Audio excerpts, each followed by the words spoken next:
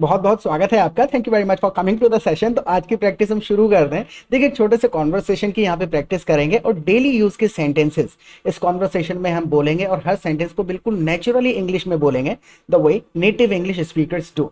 I will be sharing my screen with you. Screen में आपके साथ में शेयर कर देता हूँ। Before you start watching this session, ask yourself a question, what kind of English you want to speak. Obviously you want to speak effective English the way native English speakers do. तो आपको इस तरीके के sessions देखने पड़ेंगे। देखिए, एक बड़ा मिथ फैला रखा है, basic English, advanced English, intermediate English, ऐसा कुछ भी नहीं होता है। बेसिक इंग्लिश क्या होती है? सिंपल सा, इज एम आर कहाँ लगेगा, विल कहाँ लगेगा, सेकंड फॉर्म कहाँ यूज करते हैं जब पास्ट की बात करते हैं। 15-20 ग्रामर के रूल हैं, वही बेसिक कहलाते हैं। उसके बाद अगर वो रूल्स आपको समझ में आ गए हैं, उसके बाद आपको ये सेशंस देखने, you need to listen to the English. आपको सिचुएशनल इंग्लिश समझनी पड़ेगी कि किस सिचुएशन में सेंटेंस को किस तरीके से फॉर्म किया जा रहा है, वर्ड कौन सा शब्द कहाँ बोला जा रहा है एक सेंटेंस के अंदर। Right, you understand everything that you here in English because you already know English. खुद से आपको इंग्लिश पहले से आती है, जैसे आपको ये किसी से पूछना पड़े। देखिए, इस कॉन्वर्सेशन के बारे में बता देता हूँ। एक दोस्त है, अपने पुराने दोस्त के पास बहुत दिनों के बाद मिलने पहुंचा है, तो वहां पर ये जो कॉन्वर्सेशन हो रही है, जैसे यहाँ कैसे आना हुआ। अब एक दोस्त पूछ रहा है यहाँ कैसे आना हुआ। शब्दों को बिल्कुल ट्रांसलेट मत करिएगा। हम यहाँ पर हिंदी इसलिए लिखते हैं ताकि आपको समझ में आए कि किस विषय में बात हो रही है। नॉर्मल अगर आपको किसी से पूछना है यहाँ कैसे आना हुआ, आप सिंपल कह सकते हैं what brings you here, what brings you here. देखिए, अगर हम इसका ट्रांसलेशन करें तो इसको हमको कहना चाहिए what brought you here, what brought you here, because past की बात हो रही है, यहाँ क्यों आए, क्या लाया आपको।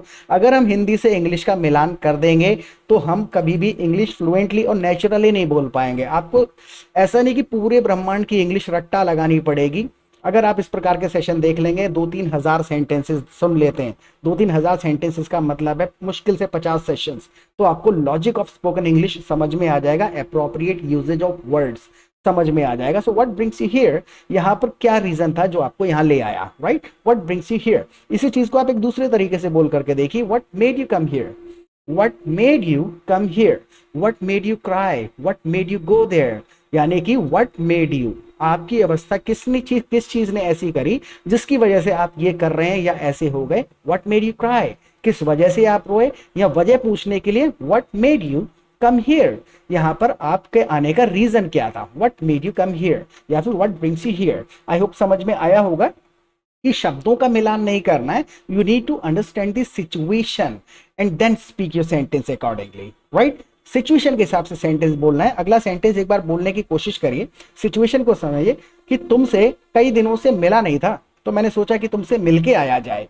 अब मिलके आया जाए का कोई ट्रांसलेशन नहीं है, क्योंकि ये समझते ही रह जाएंगे हम कि कौन सा टेंस है, पास्ट है, फिर प्रेजेंट है या फ्यूचर है।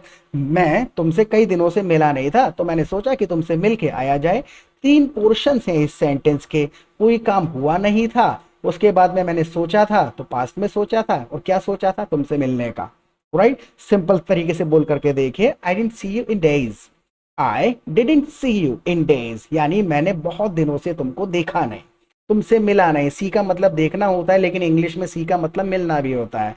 Right, I am coming to see you, मैं तुमसे मिलने आया हूं या मिलने आ रहा हूं। Right, I didn't see you in days, so I thought, इसलिए मैंने सोचा, आई वुड कम बाय। देखिए, बिल्कुल डिटेल में समझिएगा, स्ट्रेस मत लीजिएगा ज्यादा, रिपीटेडली आते रहेंगे, जितना समझ आए उतना समझिए। आई didn't see you in days, इसमें हम ये कहने की कोशिश कर रहे हैं बहुत समय से। आप देखिए, जो नेगेटिव सेंटेंस होता है ना, उसमें हम इनका इस्तेमाल कर सकते हैं। जैसे हम इसको ऐसे भी कह सकते हैं, I hadn't met you for days, बहुत दिनों से तुमसे नहीं मिला था, I hadn't met you for days. आप ऐसे भी कह सकते हैं, लेकिन फॉर हम इस्तेमाल कहाँ करते हैं, जहां पर कंटिन्यूअसली कोई काम हो रहा होता है।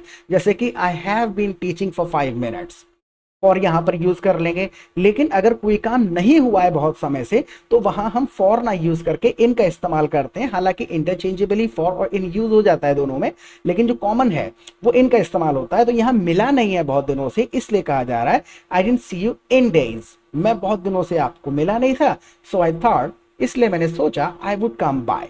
देखिए, कम बाय का मतलब अभी समझते हैं, पहले सेंटेंस को इजी तरीके से बोल करके देखिए। I didn't see you in days, so I thought I would come to see you, I thought I would come to meet you, I thought मैंने सोचा, क्या सोचा, I would come to your place, मैं तुम्हारे यहाँ आऊंगा। अब देखिए यहाँ पर जो आई डी है ना, ये आई वुड है एक्चुअल में। वुड क्या होता है? वुड होता है विल का पास्ट फॉर्म। अगर मैं ये कहूं I will go to Delhi, मैं दिल्ली जाऊंगा, मैं फ्यूचर बता रहा हूं simple, I will go to Delhi. लेकिन अगर मैंने पास्ट में कोई डिसीजन लिया जिसको मैं फ्यूचर में करूंगा, तो विल ना कह के वुड कह दिया जाता है। इस सेंटेंस को हम ऐसे भी कह सकते हैं, I didn't see you in days so I thought I will come to meet you. I thought मैंने सोचा, I will come to meet you, ये भी कहा जा सकता है, इट इज ग्रामेटिकली करेक्ट। लेकिन जब मैंने पास्ट में सोचा था कि फ्यूचर में कुछ करूंगा, तो विल ना कह के वुड कह दिया जाता है, right. So I didn't see you in days so I thought I would come to see you, मैं तुमसे मिलने आऊंगा, ये मैंने पास्ट में सोचा था, right. I would come bye क्यों कह रहे हैं टू सी यू की जगह पर? कम बाय का मतलब होता है थोड़ी देर के लिए कहीं विजिट करना। तो जैसे एक सेंटेंस बोला जा सकता है कम बाय को यूज करके, जैसे कि there is a function going on at my home, there is a function going on at my home, तो गेस्ट्स आर कमिंग बाय।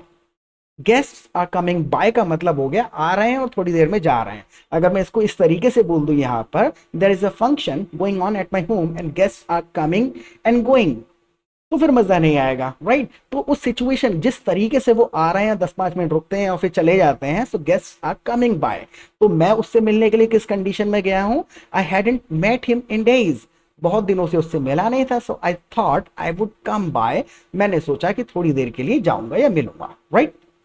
तो आई thought I would come bye, come by का मतलब I hope समझ में आया होगा, थोड़ी देर के लिए कहीं पर विजिट करने के लिए यूज करते हैं, राइट। अब देखिए इसी चीज को एक और तरीके से बोल करके देखिए, इसके वेरिएशंस देख लेते हैं। इस सेंटेंस को और कितने तरीके से कहा जा सकता है? I didn't see you in days, आप समझ गए। आप ऐसे कह सकते हैं I hadn't met you for ages. I hadn't met you for ages का मतलब ये आप लॉन्गर टर्म को इंडिकेट कर रहे हैं। I hadn't met you for a long time, I hadn't met you for a long time, बहुत समय से नहीं मिला था।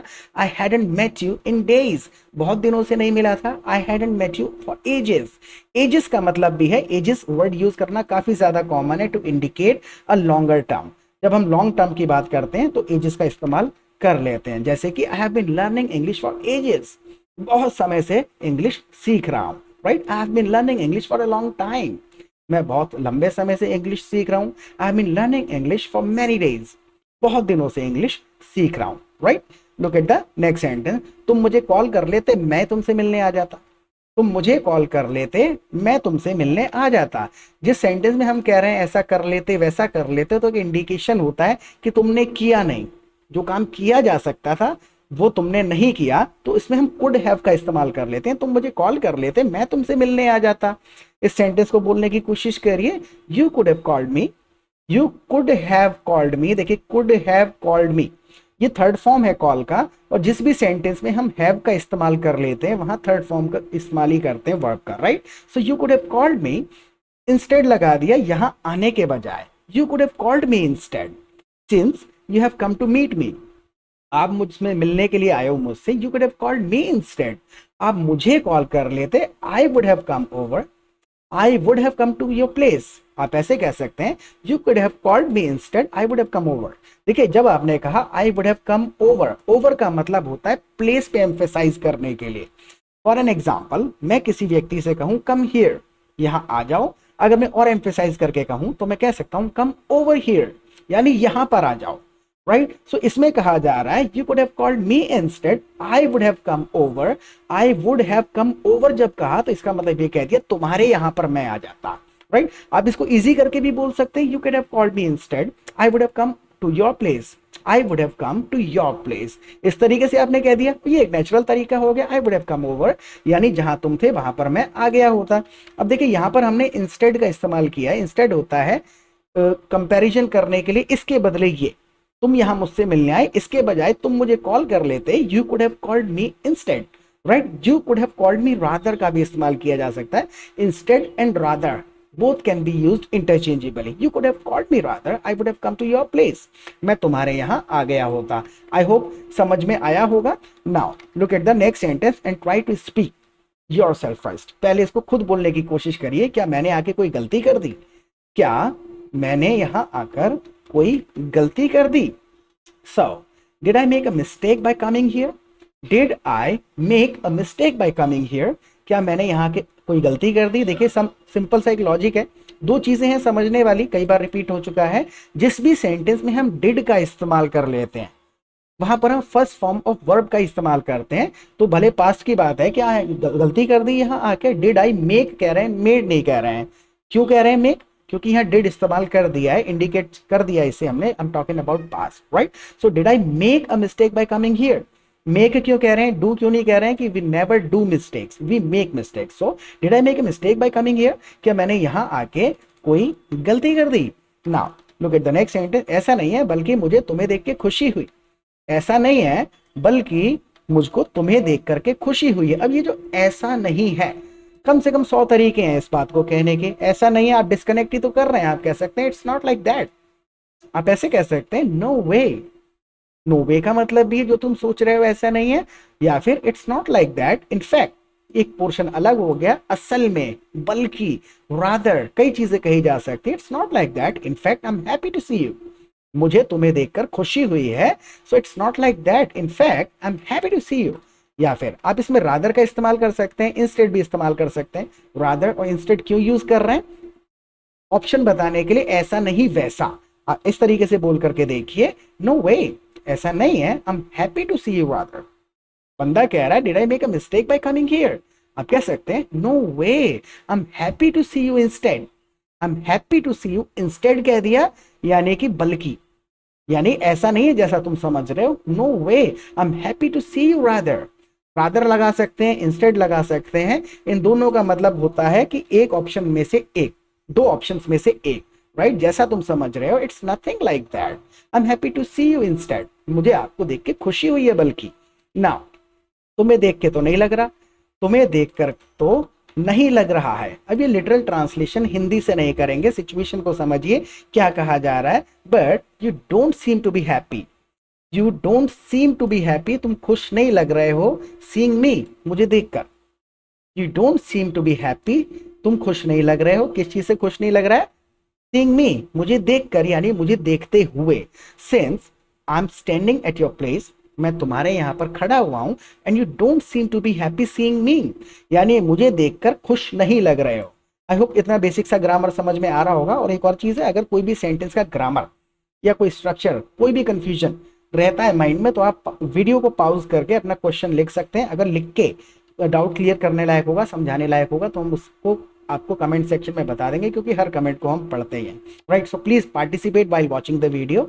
आप अपने क्वेश्चंस कमेंट सेक्शन में लिख सकते हैं। और इन सेंटेंसेस को लिखने का कोई आइडिया आपके माइंड में आता है कि इस सेंटेंस को इस तरीके से भी बोला जा सकता है, आपको लगता है? क्योंकि एक बात को कई तरीके से कहा जा सकता है, तो आप अपने सेंटेंसेस कमेंट सेक्शन में लिख सकते हैं। आपके सेंटेंसेस ठीक होंगे, उनको भी हम चेक कर लेंगे, राइट? सो मैं अपनी ही टेंशन में हूँ, जैसे कि no way, I am happy to see you instead, मुझे तो आपको देख के अच्छा लगा, एक्चुअल में मैं अपनी ही टेंशन में हूँ। अब एम्फेसाइज करा जा रहा है कि आपको देख के दुखी नहीं हुआ हूं, मैं अपनी ही टेंशन में हूं। So I am caught up in my own worries instead. तो यहां पर ही का मतलब हो गया इंस्टेड, अपनी ही टेंशन में हूं, डिस्कनेक्शन बता रहे हैं आप। So I am caught up in my own worries instead, यानी मैं अपनी ही उलझन में हूं। या फिर आप एक और तरीके से इसी बात को कह सकते हैं, किसी बंदे ने कहा यार लग तो नहीं रहे मुझे देख के खुश हुए तुम, आपको बताना है, आप ये भी तो कह सकते हैं आई am stressed about something else. तो क्या सिचुएशन से समझ में आ रहा है आपको कि जो सेंटेंस हिंदी में यूज हो रहा है उस भावना को प्रकट करने के लिए, जरूरी नहीं है कि वही शब्दों से इंग्लिश में भी वो भावना चली जाएगी। So I am stressed about something else, मैं किसी और टेंशन में हूं, राइट? या फिर I am caught up in my own worries, मैं अपनी उलझन में हूं। What my point? Look at the next sentence. क्यों, क्या हुआ?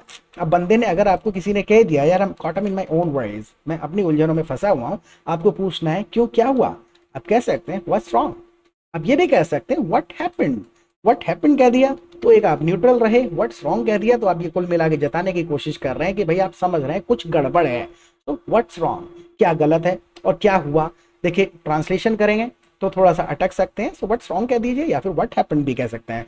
सो कल से मेरा लैपटॉप खराब पड़ा है, कल से मेरा लैपटॉप खराब पड़ा है, बहुत इंपॉर्टेंट सेंटेंस है। देखिए इसमें ग्रामर दो तरीके से यूज करी जा सकती है, हम बिल्कुल बेसिक तरीके से ही यूज करते हैं। दूसरा भी देखिएगा, कल से मेरा लैपटॉप खराब पड़ा है, तो पड़ा की तो पहले कोई ट्रांसलेशन नहीं ढूंढनी है, आप सिंपल बताने की कोशिश करिए my laptop has been broken since yesterday.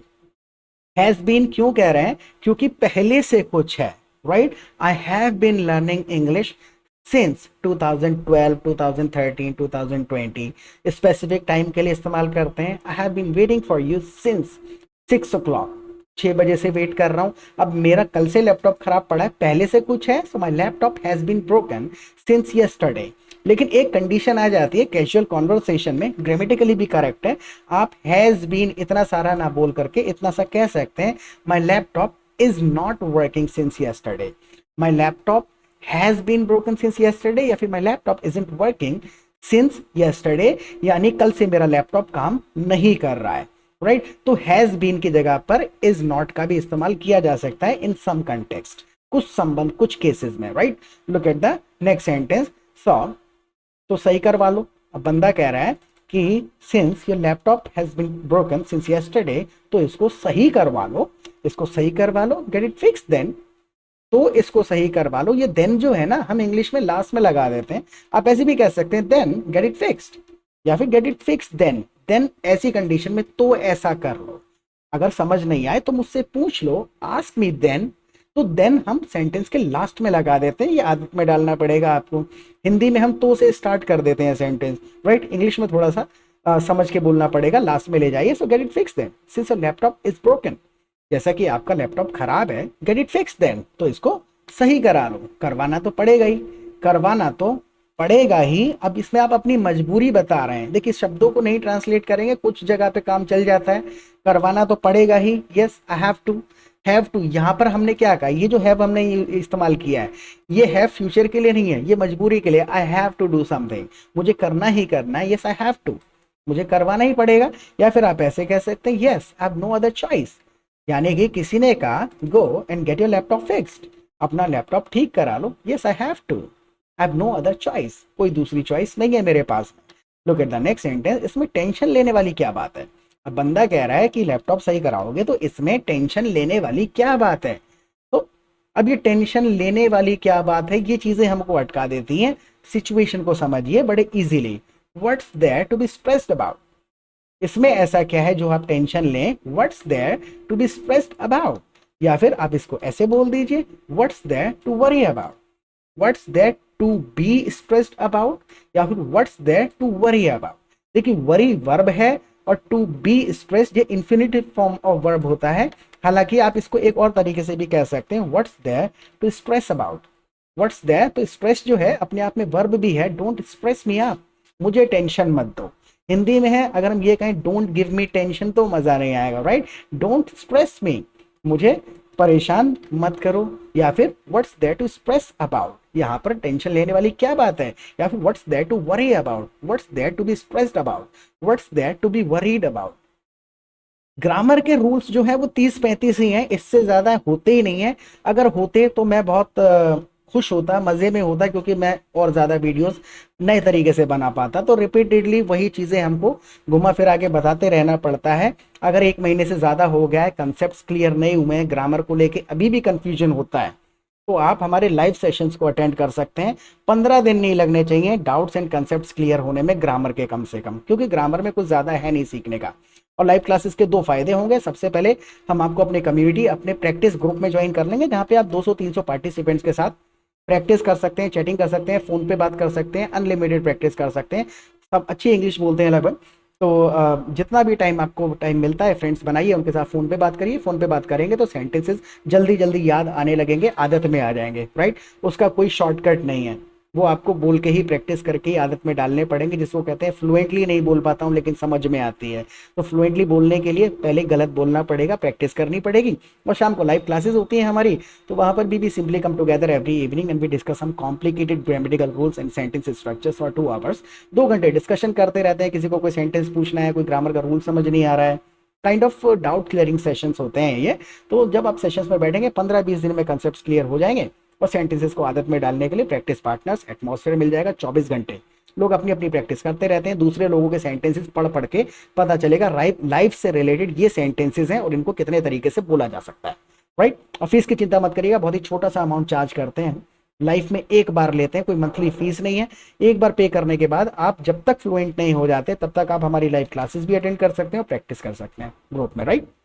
तो इसमें 2000 रुपए लगेंगे और मेरे पास केवल 200 रुपए। What's there to be stressed about, what's there to worry about, चिंता करने की बात क्या है, आपका लैपटॉप ही तो खराब है, इसमें 2000 लगेंगे और मेरे पास केवल 200 हैं। ना सी इट विल कॉस्ट 2000, बिल्कुल सिंपल सा, इट विल कॉस्ट 2000, कॉस्ट का मतलब ही है कीमत, तो it will cost 2000 and I only have 200, I only have 200, मेरे पास केवल 200 हैं। एक छोटा सा कंफ्यूजन दूर करें, आप यहाँ पर ये भी कह सकते हैं it will cost 2000 and I have only 200, I only have 200, I have only 200।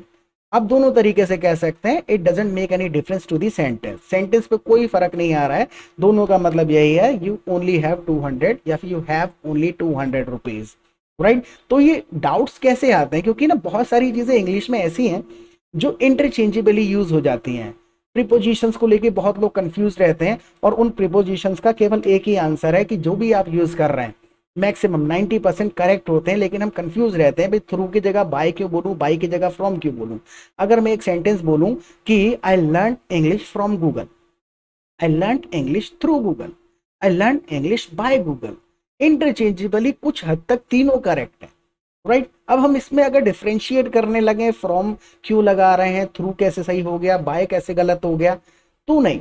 अब वो समझ में कैसे आता है, only by listening to the English of others, दूसरे लोगों की इंग्लिश सुनेंगे, लाइव सेशंस में डाउट क्लियर करते चले जाएंगे, पता चल जाएगा सब कुछ ठीक है जो हम बोल रहे थे, राइट।